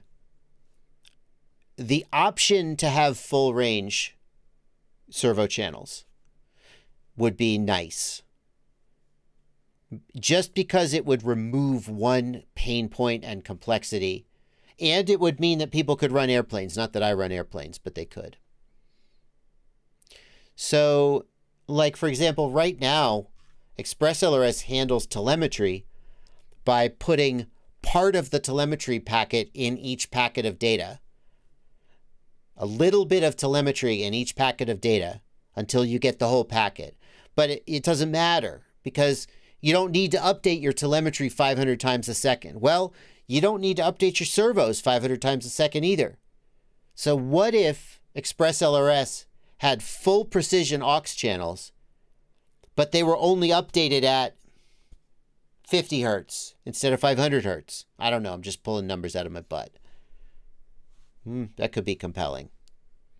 What if you had the option to go to full range, full precision aux channels, but you could only go up to 150 hertz or maybe 100 hertz? Your choice. Well, maybe that would be nice. The other pain point with Ghost is, or with Express LRS is that flashing it, especially in the field, it's because there's so much hardware that you have to compile for each of the receivers. And so with Ghost, there's like 2 different receivers. So they just put the firmware for both receivers on the module, and then you flash it from the module. You can't really do that. There's not enough memory, I think. I speculate. There's not enough memory on an Express LRS module. So what if there was the ability in Express LRS to just push a button and it just sits there and it compiles every single receiver, and it gives you a folder with every single receiver in it that you put on your SD card. And then when you want to flash your receiver, the Express LRS Lua script automatically detects what receiver you're connected to, and then automatically flashes the correct firmware. That would be nice. Still a little bit of a hassle.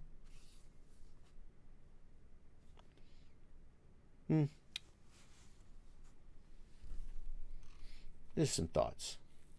I don't know. Just making stuff up.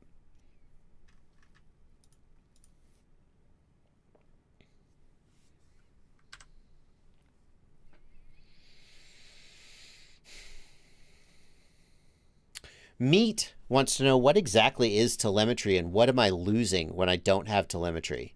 Telemetry is the ability of the flight controller to send data back to the controller through the control link, through the radio link.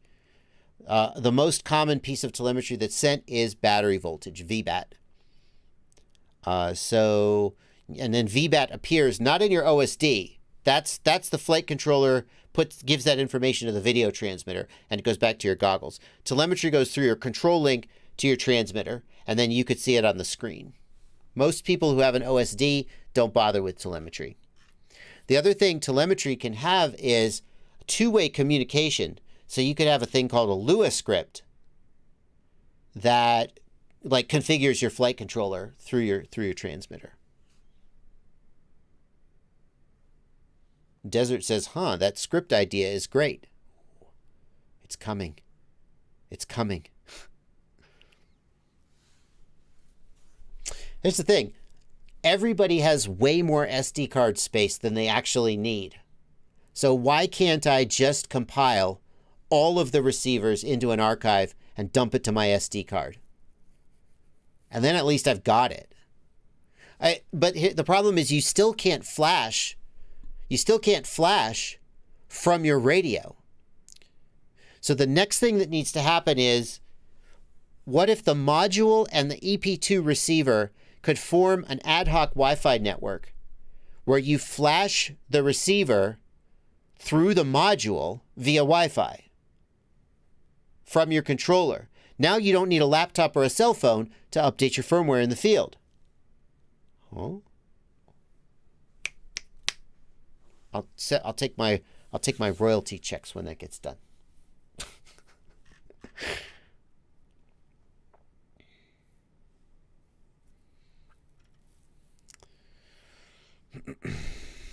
Joseph S. in the Discord wants to know, how much control do you typically get over products branded in your name, stuff like your parallel boards and your motors? Do you give them some specs and they make it, or do they usually expect more details? Joseph, every product is different. Like I with my parallel board, I initially pitched the idea, what if there was a parallel board with only 4S balance plugs so you could get more XT60s on the board? That was the entire idea. They came up with more ideas, like the polyfuses and stuff. Okay, that was Ready-Made RC. We're like, hey, how about this? How about that? So we worked together on it.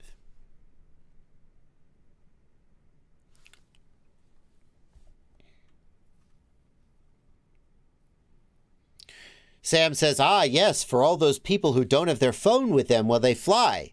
I know, but here's the thing.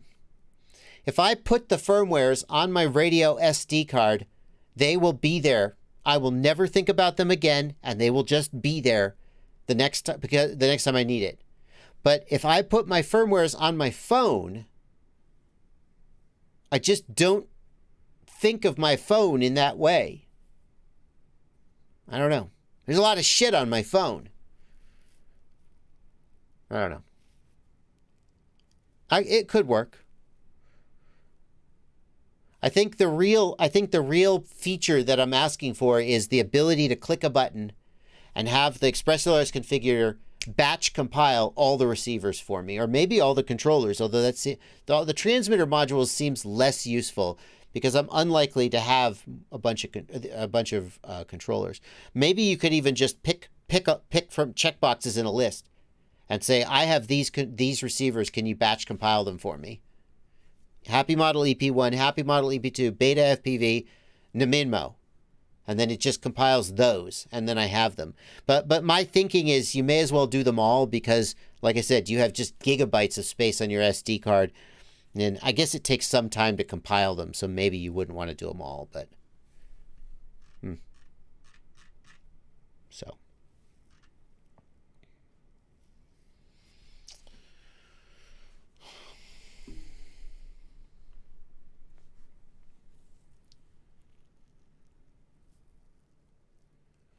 Another thing that would be nice would be an ExpressLRS app for phone, so that instead of manually connecting to the Wi-Fi and then opening a web browser and then remembering the IP address and then going to the IP address and then scrolling up and then clicking a file and then looking through your phone's storage to find the file and then thinking, is this the right file?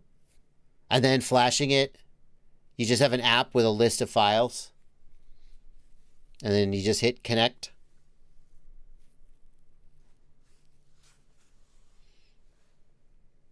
Yeah.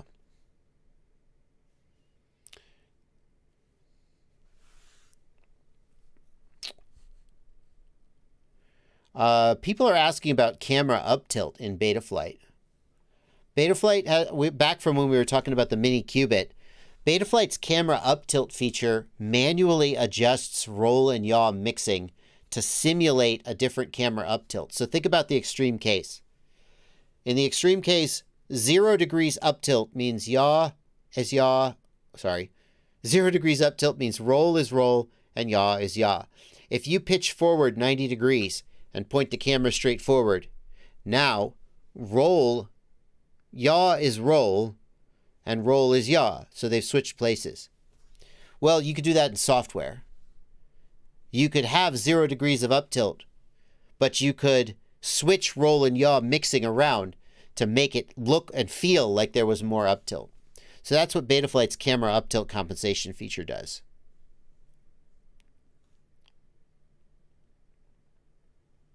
How would you choose hardware-specific settings, asks Desert.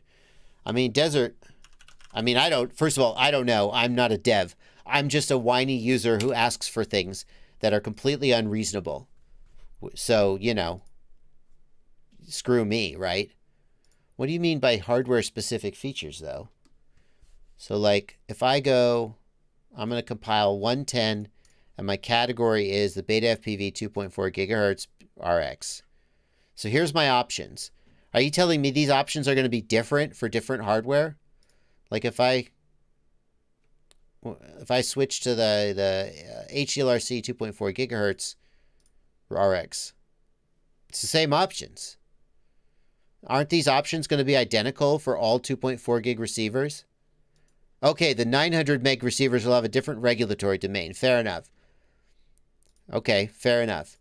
It feels like there's a huge set of receivers that have all the same options.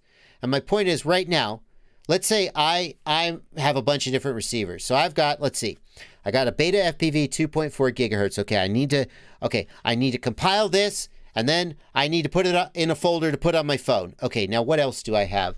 I have the Happy model 2.4 gigahertz. Okay, now I have the EP and I have the PP. I have both of those. Okay, no problem.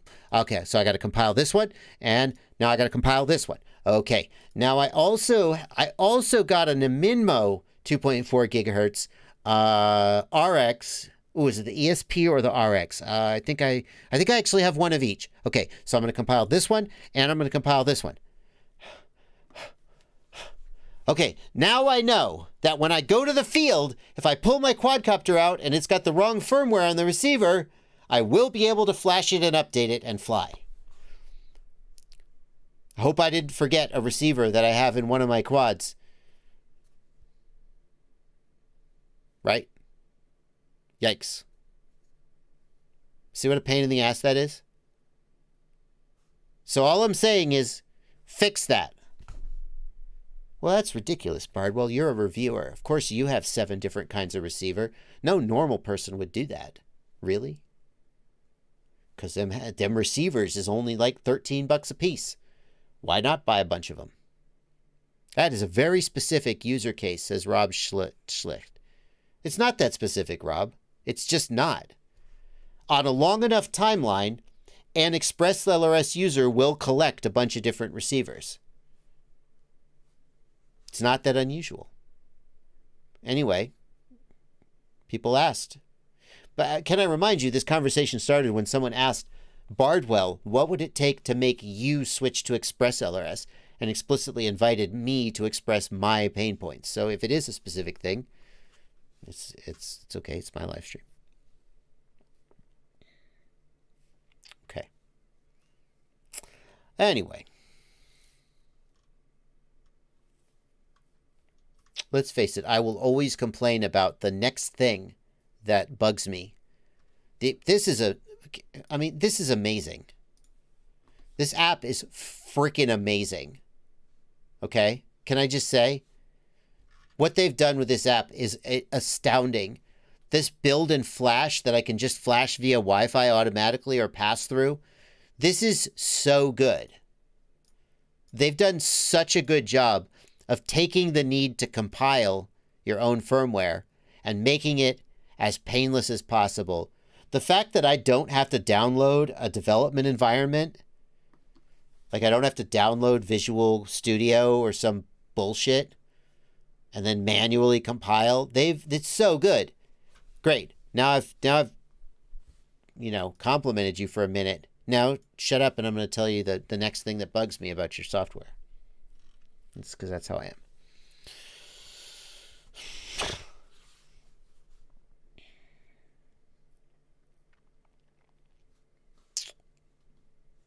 You don't want firmware updates, fly sky, right, Toady RZ?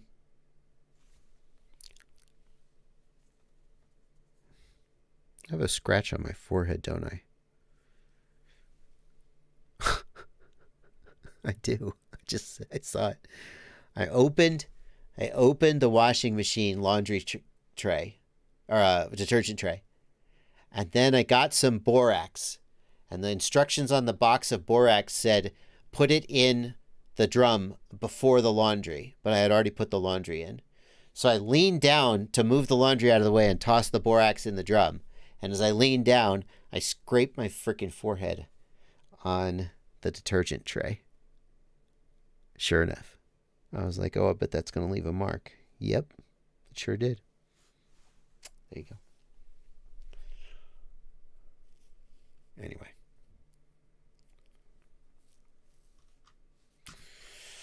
Oh, it's 10 minutes to the end of the stream, everybody. 10 minutes to the end of the stream. Aaron Ciati is going to be streaming at 10 o'clock, I think. You streaming at 10, Ciati? Thunder Goose in the Discord says, if I wanted to be Joshua Bardwell for Halloween, what would be the one detail not to miss? A sanctimonious and condescending tone. You're going to learn something today. Oh, how dare you? You arrogant man. How, you don't know that? How could you be so presumptuous as to know that I'm going to learn? Oh, I did learn something today. How about that? Well, nevertheless, it doesn't excuse your attitude. This next video does answer a question I've had for a long time, though. I'll excuse it for now. Hold on. Oh, wow, my quad's flying great. Hey, this guy knows a thing or two. That's how it usually goes. Slat's here.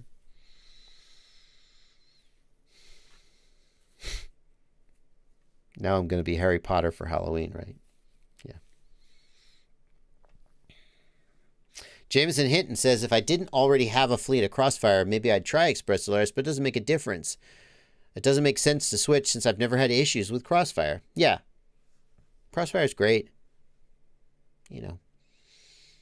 Crossfire is great. Do you think Crossfire will remain relevant? Says Leo Ponce. Leo, I do think that in the next, let's say, 2 to 3 years, 2.4 gigahertz is going to be a lot more compelling. And 900 megahertz is going to... The thing is, Crossfire has such a huge user base right now that I think it's still going to be relevant in 2 or 3 years. Even if Crossfire stopped growing today and slowed down, which I'm not saying it has or will, but even if it did, it just would kind of coast down, I mean, for a long time. I do think that 2.4 gigahertz LoRa is good enough range and penetration for most people. The antennas are smaller. You can run higher refresh rates, and it's a unified frequency band around the world, so there's no issues like the 868 band in Europe. I think that if I had to predict the future, it would be that a lot of people switch to 2.4, or people getting into the hobby go 2.4 instead of 900. That's how it feels to me like it's going. Free Sky will certainly still be there. I don't think they're going away. I would love to see Express LRS become the de facto receiver on cheap quads where no one has made a different choice. Not that Express LRS isn't a good choice, but right now, if you build a bind and fly quad, you don't know what receiver to put on it, you put a Free Sky receiver on it, just because, whatever. That's what people use. I would love to see Express LRS 2.4 gig get into a Radio Master and a jumper, a 5-in-1. So Radio Master, jumper, they need to put out a 5-in-1 with 2.4 gig Express LRS in it. Still going to have the multi-protocol module with Free Sky. Yeah, you can't get rid of that. And then bind and fly start coming with Express LRS. Well, why not Ghost? Why not Tracer? Because money. ExpressLRS is open source, and you could always build and sell an ExpressLRS receiver cheaper than a Ghost or a Crossfire or a Tracer receiver. So that's why, and that's why they put FreeSky on there now. FreeSky is not open source, but it's been reverse engineered. So they just slap a FreeSky receiver in there. I guess sometimes it is legitimate FreeSky receivers. I take that back. But it's money. When you can put an ExpressLRS receiver in a bind and fly for a retail of $13, $14 and a manufacturer cost of, let's say, $4 to $6, perhaps. I think 6 is probably a little high, but whatever. That's so much more compelling than an XM Plus. That's probably close to the same cost of an XM Plus. But ExpressLRS is going to give better performance. So I think I would love to see that happen. ExpressLRS becomes the de facto standard for cheap quads, and everybody getting into the hobby who doesn't want to spend a lot of money buys ExpressLRS instead of FreeSky. Tracer,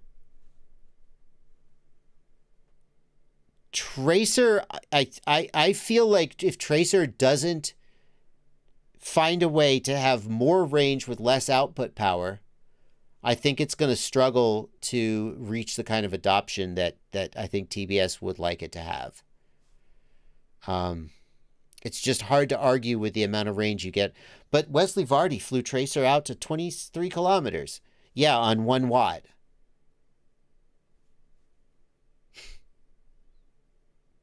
So, I don't know about Ghost. Ghost is technologically very, very good, but doesn't seem to have the kind of brand recognition and appeal. Like TBS puts out Tracer, and just a whole bunch of people go, yeah, let's go to Tracer. Immersion RC puts out Ghost, and it doesn't feel like they have the same grab, and I don't know why. I mean, probably marketing. That's my take. That's my hot take. We'll see how it goes.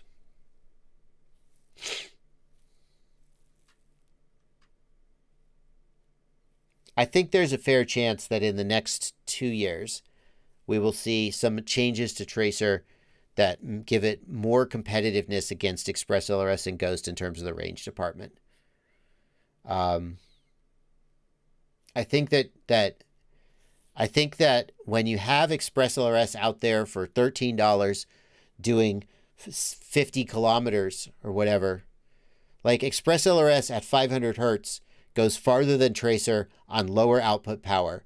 And for all the arguments you make about, well, yeah, but Tracer has Mavlink support, people don't care. They see $13, more range, faster, less output power. They're like, why would I buy Tracer? That's what a lot of people are saying. I'm not saying that. People are saying that. They are. That's a fact. So Tracer is going to feel that pressure more and more. And then after it has been way longer than people think it should have been, and after whining about the pressure, and after explaining to you again and again and again why you shouldn't want the thing that you want, and what you should actually want is what TBS is making, they will finally release the thing that they've been working on this whole time, which gives you exactly what you want and several things you didn't even know you wanted, and is amazing. So if you wait long enough, TBS will give you what you want and other things too. You just have to wait long enough and tolerate them. Tolerate them. What's that saying? Hang on, Ciati. I know I'm 2 minutes from the end of the stream. Then you win. What's that saying? First they ignore you, then they laugh at you, then they fight you, then you win. There's got to be a version of that for TBS responding to pressure from their customers. Right? First they tell you why what you want is wrong. Then they tell you why what they have is better. I don't know. Then they give you what you want. All right.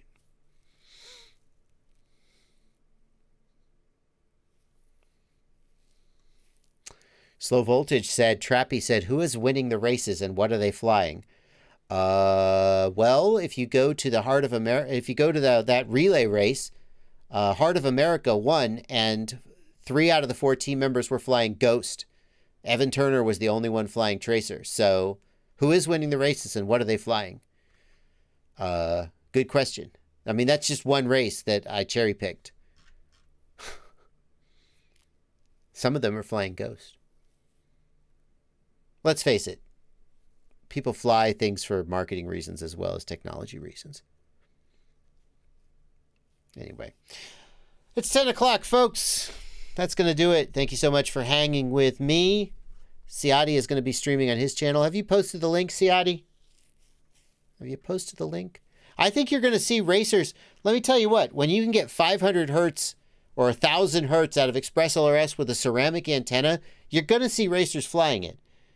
Off-the-shelf Express LRS hardware has only been available on the market for a few months, and the avalanche has begun. Think about it. There was Happy Model, then there was Beta FPV, then there was Naminmo, now there's Maytech, now there's HDLRC. The flood has begun. You're going to see more and more racers running Express LRS. That's a fact. The ceramic antenna alone means that that's a fact. Anyway. Happy flying, everybody. I'm out of here. Siadi, have a great stream. See you guys tomorrow for the news.